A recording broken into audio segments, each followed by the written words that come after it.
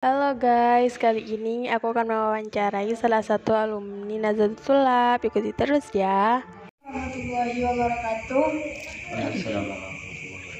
Perkenalkan, nama saya Nora ini. Saya di sini mewawancarai salah satu alumni Nazatul Tulab. Silakan perkenalkan. Nama saya Ahmad Jais. Saya alumni Pondok Pesantren Nazatul Tulab tahun 92.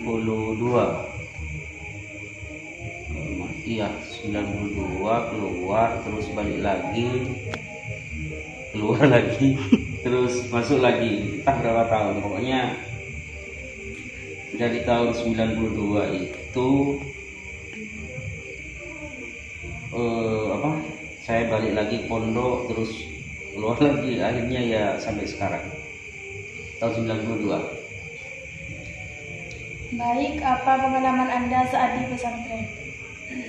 Saat di pesantren waktu tahun 92 itu, karena pada saat itu santrinya nggak terlalu banyak, mungkin sekitar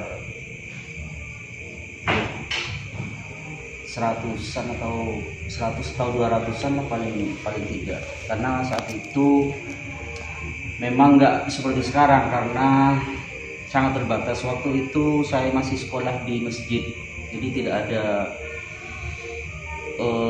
sekolah kayak sekarang. Artinya tidak masih sarana prasarana itu masih tidak selengkap sekarang. Saya sekolahnya itu masih di masjid. Saat itu dinamakan rubat. Seangkatan saya, tapi saat itu tidak sekolah, tapi seangkatan saya Pak Agus, tahu Pak Agus? Pak Agus Dewan. Biro berapa sekarang? Biro 1 ya. Agus Husnul Yakin, ya. Itu teman saya. Kenapa Anda bisa mendaki pesantren Nazatul Tulab? Nah, saat itu ada paman saya, orang Nepal, yang saat itu kan di Pondok Pesantren Nazatul Tulab itu kan awalnya banyak, santri banyak. Kalau nggak salah awalnya ribuan, terus ada apa ya? Saat itu ada pilihan politik yang saat itu kurang disukai oleh masyarakat Madura pada waktu itu. Akhirnya santri yang banyak itu tinggal sedikit. Nah, bahkan kalau tidak salah santrinya tinggal berapa? 7 atau ya sekitar, pokoknya antara 7 atau 10 orang saat itu. Nah, cuman pada saat kembali ke sana, saya diajak oleh paman saya yang di Nepal, namanya Haji Bahrudin.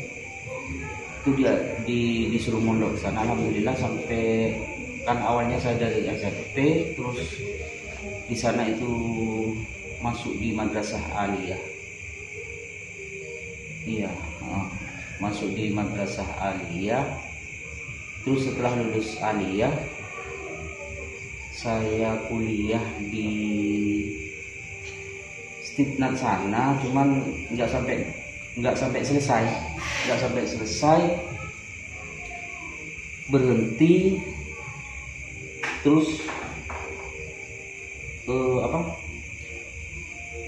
saya merantau, akhirnya balik lagi di sini. Pas saat itu ada Kiai Kiai Muafi itu mendirikan, membuka program baru saat itu, yaitu PGMI. Nah, akhirnya saya masuk PGMI selama 2 tahun di Sampang, akhirnya lulus. Seperti itu. Jadi pengalaman mondoknya ya seperti itu.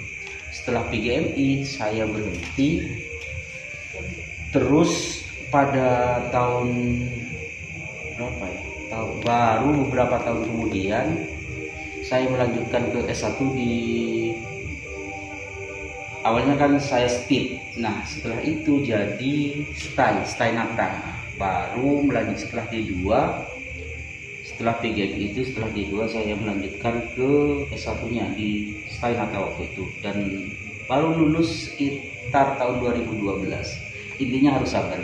Artinya walaupun punya anak, menikah dan sebagainya, kalau punya keinginan untuk melanjutkan pendidikan, artinya tidak masalah. Apa jabatan Anda sekarang? Nah, setelah saya merantau kemana-mana, saya capek kan gitu, akhirnya saya diajak ngajar oleh teman saya. Saat itu ngajar di beberapa sekolah, diantaranya ada yang SMP, ada SD dan sebagainya. Walaupun saat itu ijazah saya masih sekolah MA, tidak waktu ngajar pertama kali itu ijazah saya masih MA yang dari Nata itu.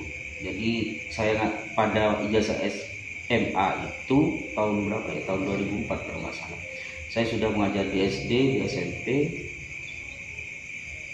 dengan mata pelajaran kalau nggak salah bahasa Inggris kalau nggak salah, artinya tidak linear saat itu. Entah kenapa, ya mungkin sedikit karena pada saat itu memang jarang orang yang bisa bahasa Inggris saat itu. Kalau sekarang ya alhamdulillah sudah banyak.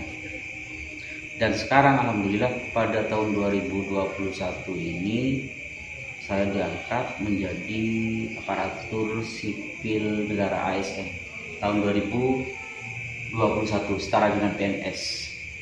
Jadi walaupun mondok tidak bukan halangan misalkan untuk menjadi pegawai negeri dan sebagainya. Bagaimana cara Anda kok bisa sampai sukses menjadi sukses seperti sekarang? Ya intinya kalau dikatakan sukses sih enggak. Sukses itu kan relatif. Jadi intinya harus sabar. Artinya walaupun sudah menikah, sudah punya anak dan sebagainya, kalau punya keinginan untuk melanjutkan pendidikan tidak ada masalah. Jadi intinya harus sabar dan istiqomah. Apapun pekerjaannya kita harus istiqomah dan yakin, harus mencintai pekerjaannya, apapun pekerjaannya itu. Apa suka duka Anda saat menjalani kuliah?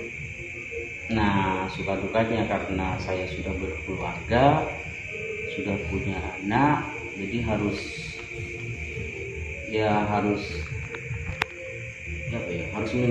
meninggalkan keluarga. Tapi alhamdulillah setelah mengalami suka duka seperti itu, alhamdulillah saya bisa menikmatinya sekarang. Artinya antara suka dan duka insya Allah imbang. Duka sih enggak, cuman ya harus bisa menyesuaikan diri antara mengurus keluarga dan kuliah saat itu.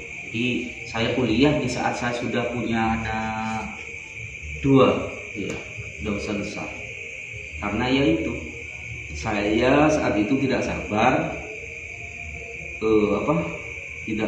Seandainya sabar saya mungkin ya seperti teman-teman yang sekarang yang ada di Pondok Nata sana. Seperti itu. Artinya harus sabar. Apa pesan Anda untuk santri yang ada di pondok pesantren? Untuk teman-teman santri yang ada di Pondok Pesantren Nata, alhamdulillah sekarang ketimbang saya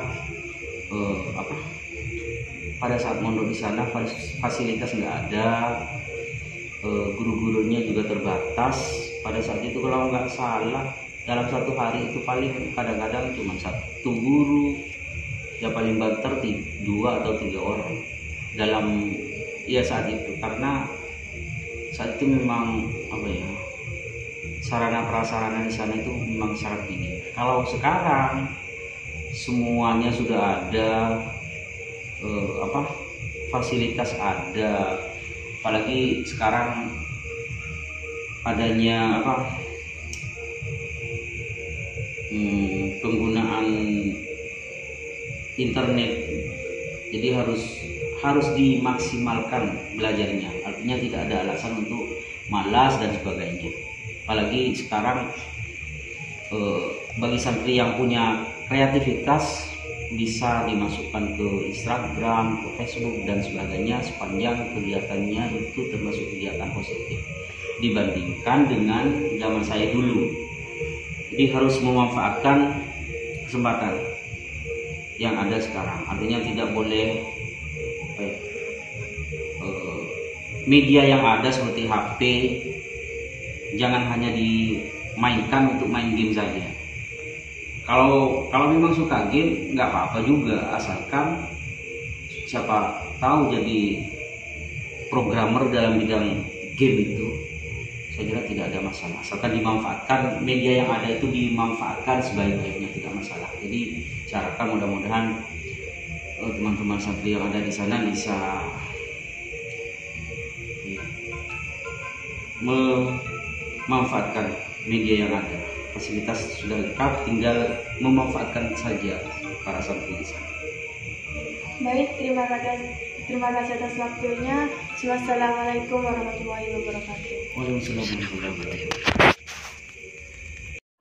Terima kasih sudah menonton video wawancara aku kali ini. Jangan lupa ikuti terus ya channel kami. Jangan lupa like, subscribe, and share. Bye.